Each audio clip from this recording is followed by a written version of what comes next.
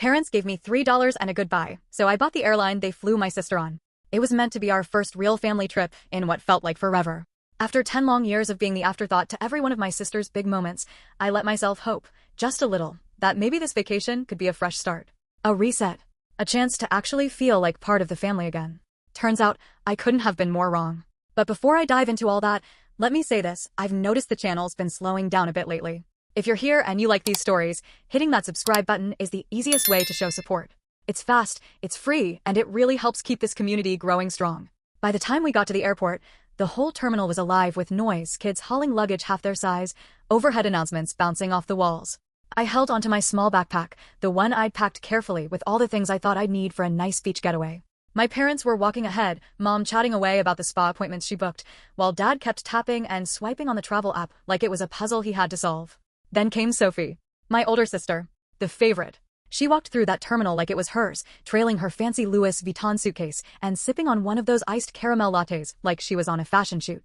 She didn't bother saying a word to me, at least not until we made it to the check-in counter. That's where everything came apart. Reservation under Hastings, my dad told the airline worker, like he was in total control. The desk agent nodded, typed a few things in, and then handed over a ticket. A first-class ticket. What about the rest of us? I asked quietly, trying not to sound too hopeful. My mom kept her eyes on the floor. Sophie smirked, snatched her boarding pass, and winked at the desk attendant like they were old friends. My dad pulled me off to the side. Claire, listen, he began, avoiding my eyes like the truth might jump out at him. There's been a bit of a change. A bit? I asked. He sighed, already irritated that I didn't just nod and go along with it. There wasn't enough left in the budget, he said. Sophie's been under a lot of pressure lately. She needs this. I mean, you get it, right? You're grown. You can handle it. I just stood there, frozen. What about me? I finally managed. You said we were all going. I took time off work. I packed. My mom cut in, voice sharp. You're always saying how independent you are. So act like it. We're not here to babysit you. Then someone shoved a piece of paper into my hand. I looked down. It was 3 crumpled $1 bills for the vending machine. Sophie laughed. That was the last thing I heard as they walked away. I watched them float through security like they were headed to paradise. Sophie blew kisses to a flight attendant who guided her into the priority line like royalty. I couldn't move. I couldn't even catch my breath. My hands started trembling, not from the cold air in the terminal, but from the shock of what just happened. They left me there, at the airport, with $3. I ended up sitting on a bench by the big windows for what felt like forever. I stared as their plane took off. Imagine Sophie stretched out in her plush seat up in first class while I sat in silence, trying to wrap my head around the truth. They never planned to include me. There was never a seat with my name on it. I wasn't invited. I was just there to make them feel like they tried. Like they had made the effort. A placeholder for their guilt. I could feel the tears coming, but I fought them back. I wasn't about to cry in front of strangers. Not over them. Instead, I pulled out my phone. And I didn't call them, I called myself back. I opened every single app, account, and number I had quietly built over the past 6 years. The freelance gigs. The consulting work. The airline startup I'd helped get off the ground from behind the scenes. None of them ever asked what I was really up to when I missed Thanksgiving dinners or didn't show up to Sophie's big engagement party. They didn't know I held equity in one of the fastest-growing private air charter companies in the country. To them, I was still the disappointment. The one who didn't measure up. The sister who never made it. But they never asked. While they were clinking champagne glasses and posting selfies from the Maldives, I booked myself a different kind of flight. Not just first class, executive suite. And I didn't fly as a passenger. I flew as an owner. And I wasn't about to let them see it coming. I didn't go through the regular boarding gate, either. There was no standing in line or fighting for overhead space. I was escorted through a private entrance, past a quiet lounge where they served sparkling water in crystal glasses. Then into a sleek black SUV that drove me straight onto the tarmac. The plane wasn't big, but it was sleek, quiet, and polished in a way that didn't need to shout. Every detail, from the stitched leather seats to the subtle lighting, whispered just one thing: power. As I stepped on board, the crew didn't treat me like just another passenger. They addressed me like someone whose name had come up in a meeting. Miss Hastings, one of them said warmly, "We're honored to have you with us." They had no idea what my own parents had just called me. Ungrateful. Useless. A burden. What they didn't know was that I was one of the silent forces behind this airline's rise to global success. I was the one who designed the automation systems that now ran their international bookings. The ghost in the machine. The quiet investor who held the controlling shares and could recall system architecture from memory. As I sipped chilled pear juice flown in from Europe, staring out at a sky so clear the clouds looked painted on, I opened Instagram. There was Sophie, of course. She'd posted just 2 hours earlier, smiling with my parents under a white cabana, champagne flutes raised. The caption read, "Left the baggage behind nail polish, #family goals, #first class only." I saved the post not because I was hurt, but because I was preparing. Because the thing about payback is, it doesn't come crashing in with fanfare.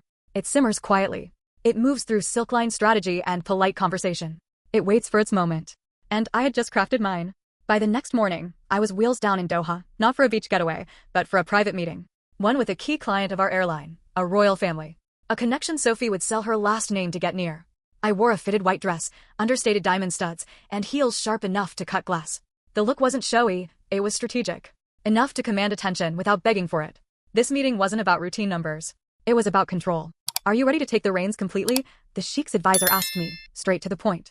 I nodded without hesitation. "It's time." By lunchtime, the paperwork was filed to officially rebrand the airline's parent company.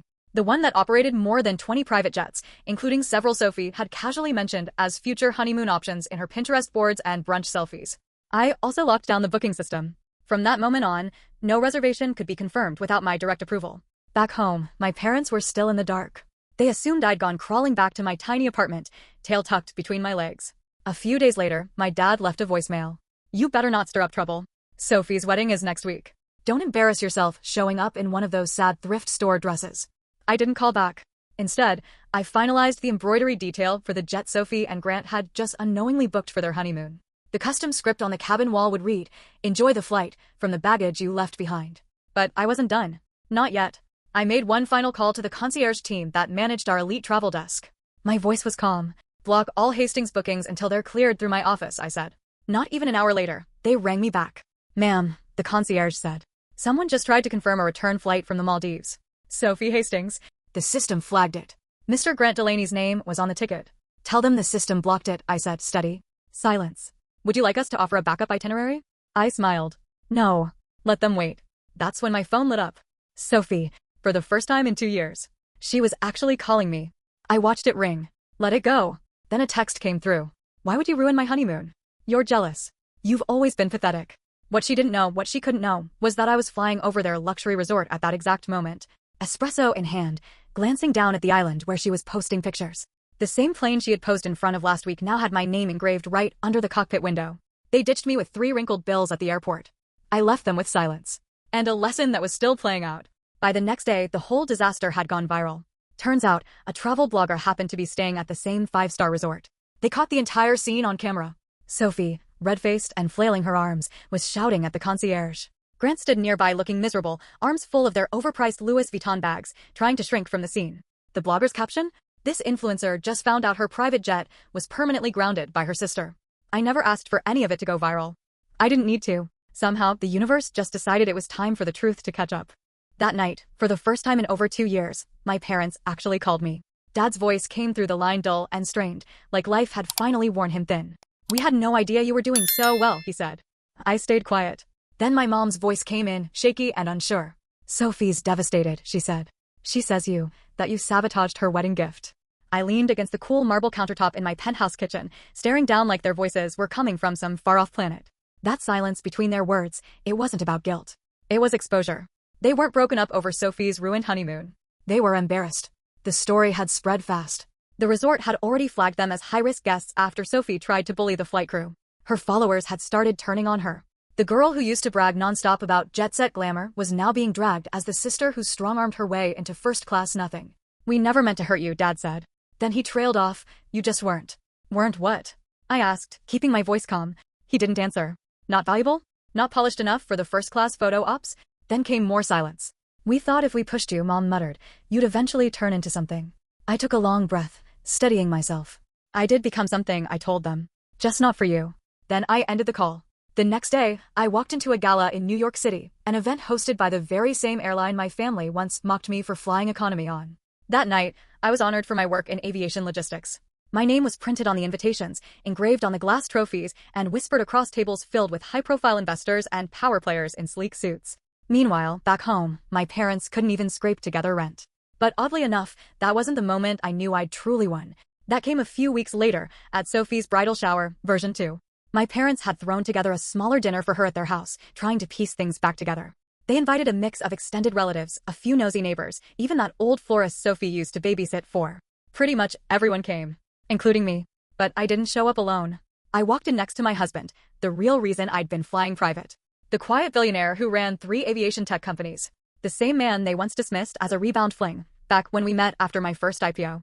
They didn't bother to learn his name back then. But they sure knew it now. He kissed my hand, pulled out my chair for me. And when my dad tried to make a little joke, well, we sure didn't see this coming. My husband just smiled and replied, "That's all right. She never needed your permission." The room fell dead silent. Then, right before dessert, I stood and raised my glass. To family, I said. The kind that leaves you stranded at an airport with $3 and accidentally teaches you how to build an empire from it. My mom nearly choked on her wine. Sophie dropped her fork. And I smiled. Because they once called me nothing. But I became the woman who bought the very airline they used to brag about, just to make sure no daughter ever again felt like she didn't deserve to fly. Please hit subscribe and let us know in the comments, where in the world are you watching from?